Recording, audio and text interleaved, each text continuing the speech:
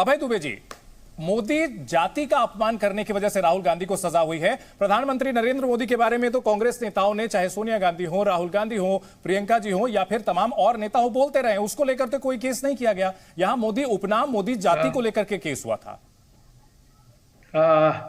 देखिए, लगाया भारतीय जनता पार्टी के नेता ने मुकदमा था, और ओबीसी नहीं, ओबीसी का अर्थ क्या है जानते हैं आप? ओवरसीज बोगस कंपनियां। अडानी जी की ओवरसीज बोगस कंपनियों को बचाने के लिए समूचे ओबीसी समुदाय को बदनाम कर रही है। अरे ललित मोदी रिप्रेजेंटेशन नहीं करता ओबीसी समाज का, नीरव मोदी ओबीसी समाज का रिप्रेजेंटेशन नहीं करता रोकने के लिए, लेकिन मेरे हिसाब अभी से मोदी, राहुल गांधी का जो मामला है वो अदालत में सेटल हो चुका है और अब ऊपरी अदालतों में जाएगा। उस मुद्दे को हम छोड़ दें। अडानी को लेकर मेरा एक सवाल आपसे है सर, कि देश की किस अदालत में उनके खिलाफ मामला लंबित है? आप लोगों के पास वकीलों की पूरी फौज है, पीआईएल डाल सकते हैं, आरटीआई डाल सकते हैं, अभी तक कोई मुकदमा नहीं किया गया। उल्टे आपके राज्यों की जो सरकारें हैं वो लोग उनके साथ डील कर रही हैं, तो पब्लिक के बीच थोड़ा कंफ्यूज्ड मैसेज जा रहा है सर।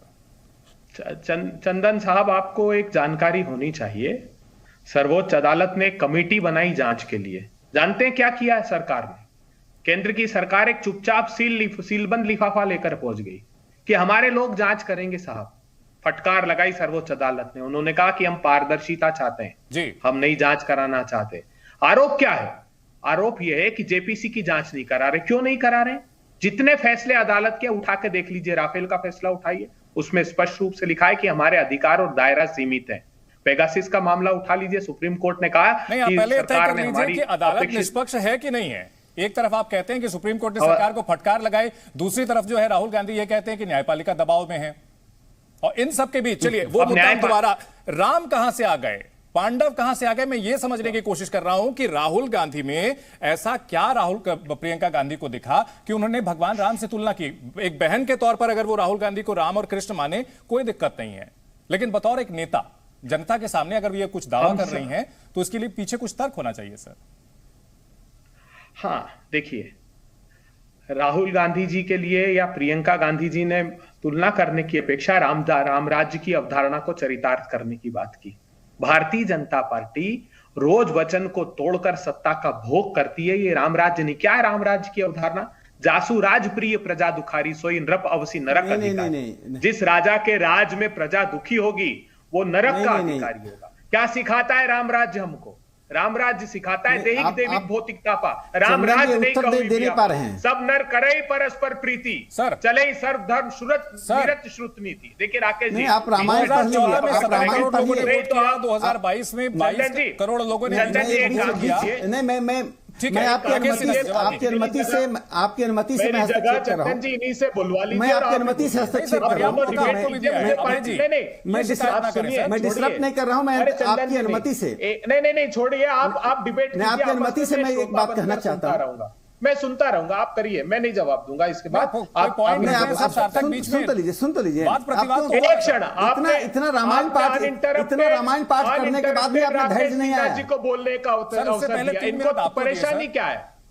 आप आपने रामायण पाठ की, तो रामायण पाठ क्यों करते हैं? यदि भगवान राम का नाम लेकर तुलसीदास के राम से पढ़कर भी धैर्य नहीं आया, सहिष्णुता नहीं है, तो राम के नाम लेने से आपको तकलीफ होने लगी। अब राम के नाम ले रहे अगर तो तकलीफ हो रही है। मैं तो दूसरी बात कर रहा हूं। इतना कष्ट क्यों? मैं कहता हूं कि भगवान राम का नाम लेने से सहिष्णुता आती है, भगवान राम का नाम लेने से सद्भाव आता है, भगवान राम का नाम लेकर गाली नहीं दी जाती है। ठीक है, आपसे इन्होंने प्रश्न पूछा कि प्रियंका गांधी ने राहुल को राम बताया। इस पर देश जानना चाहता है, हिंदू समाज जानना चाहता है। हिंदू समाज इस बात को बर्दाश्त नहीं कर सकता है। हमारे हजारों साल की सभ्यता संस्कृति, हमारे नायक को आप उस व्यक्ति में डाल रहे हैं। मैं राहुल गांधी की चीजें गिनाऊं? मैं चाहता नहीं हूं में ऐसी बातें करूं जो मर्यादा को तोड़ती हूं। आप दोनों के पास और आऊंगा मैं। राजकुमार भाटी जी हमारे साथ है, संगीत रागी जी हैं। राजकुमार भाटी जी, प्रियंका गांधी के बयान पर आपका रिएक्शन, उसके बाद संगीत रागी जी आपके पास लौटूंगा। काफी देर से इंतजार कर रहे हैं दोनों। राम वाले बयान पर जी सर। नहीं, ऐसा लग रहा अब तक के चर्चा सुन के कि राकेश सिन्हा और उनकी पार्टी ये मानती हैं कि राम पर इनका कॉपीराइट है। राम का ये नाम लें, चाहे राम का दुरुपयोग करें, मुंह में राम बगल में छुरी रखें। ये तो उत्तर प्रदेश के चुनाव में इनका कैंपेन सॉन्ग था, जो राम को लाए हैं हम उनको लाएंगे।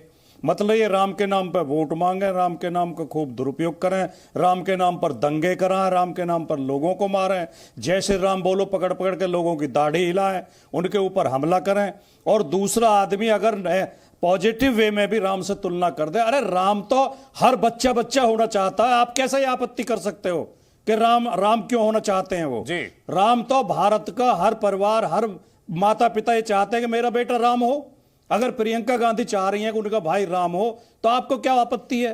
लेकिन मैं चंदन जी ये कहना चाहूंगा कि पूरे प्रकरण के बारे में 2-3 वाक्य बोलना चाहूंगा। इन दोनों को आपने बहुत समय दिया, मुझे थोड़ा सा दे दो।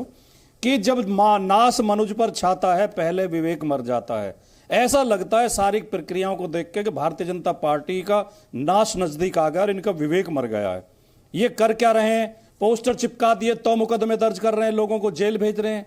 अगर लोकतंत्र में पोस्टर नहीं चिपकेंगे दीवारों पर तो कैसे लोकतंत्र जिंदा रहेगा, कैसे राजनीति होगी? भाषण पर लोगों को सजा की जा रही है।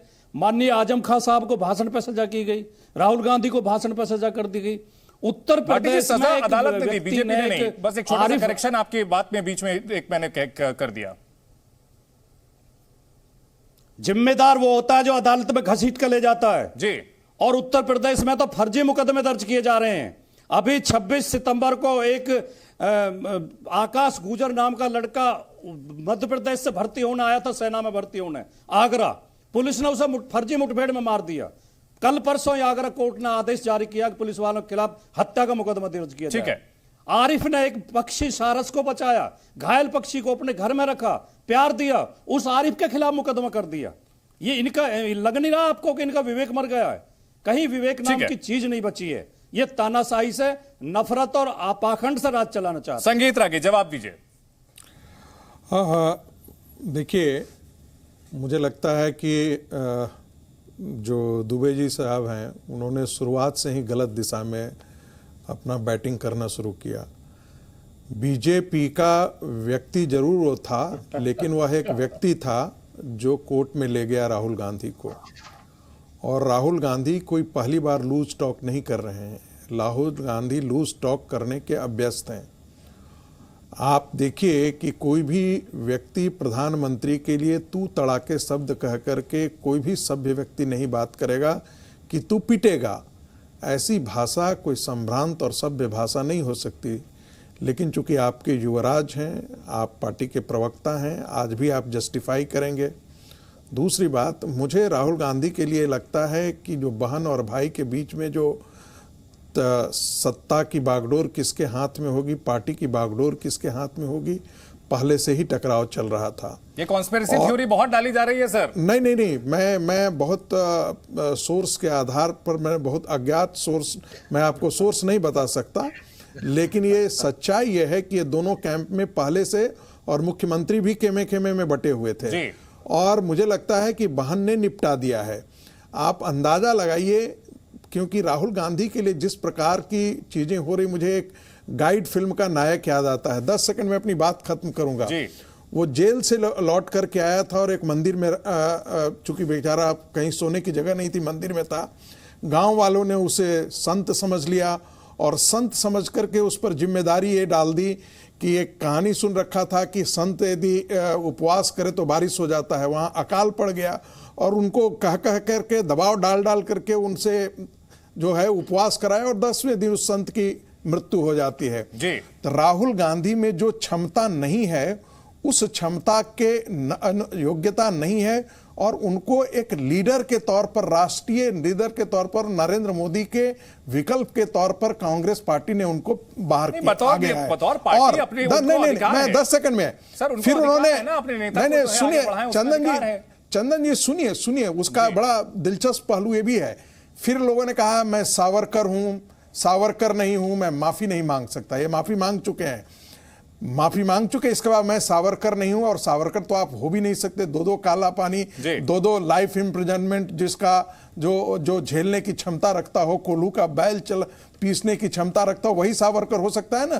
पूरे गांधी परिवार ने ऐसा नहीं किया। फिर इन्होंने कहा ये तो राहुल गांधी शेर है। ठीक है। अब इनकी इतनी नाक इतनी चढ़ा दी कि जो छोटी सी बात थी, कोर्ट के अंदर 3 बार राहुल गांधी पेश हुए। वो कह सकते थे, जज ने इनसे पूछा कि भाई आप माफी मांगना चाहते हैं? जी। इन्होंने कहा नहीं। जी